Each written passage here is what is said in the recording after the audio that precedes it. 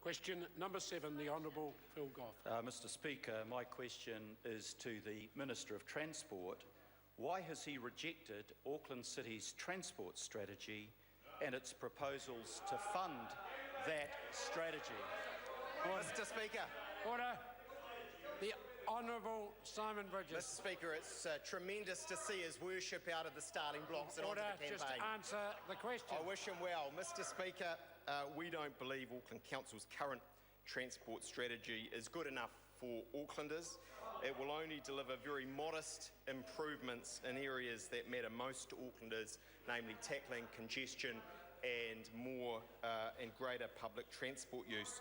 That's why the Minister of Finance and I have written to the Mayor initiating an engagement process to do better for Aucklanders and to improve alignment between central government and council. I confirm we'll be okay working with his worship Phil Goff if that comes to pass. Supplementary question, the Honourable Phil Goff. Speaker,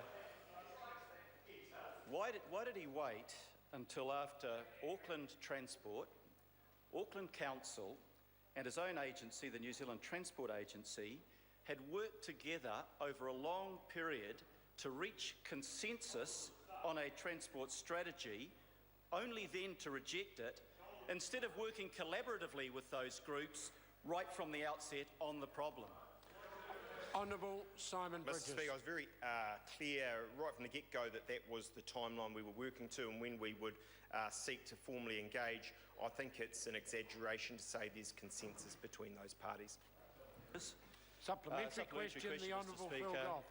Why is he holding up implementation of a strategy to tackle Auckland's urgent transport problems by asking for yet another report that will take at least another year, when Aucklanders have been widely consulted on this strategy and when a Colmar-Brunton survey of 5,000 Aucklanders show they strongly support the strategy?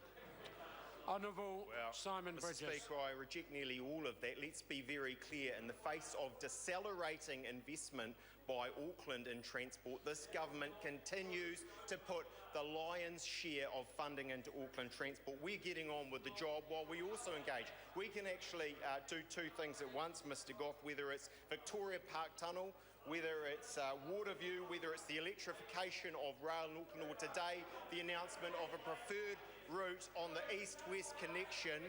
We are making the biggest difference in some very long time in Auckland on transport. We want to engage with Council to do an even better job. A supplementary question, Mr Speaker.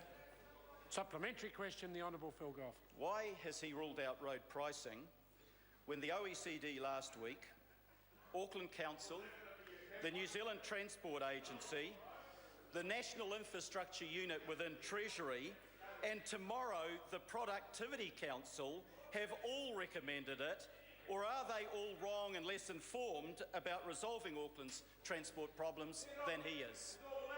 Order. Honourable Simon Bridges. Mr Speaker, tolling isn't our preferred strategy. That's very clear.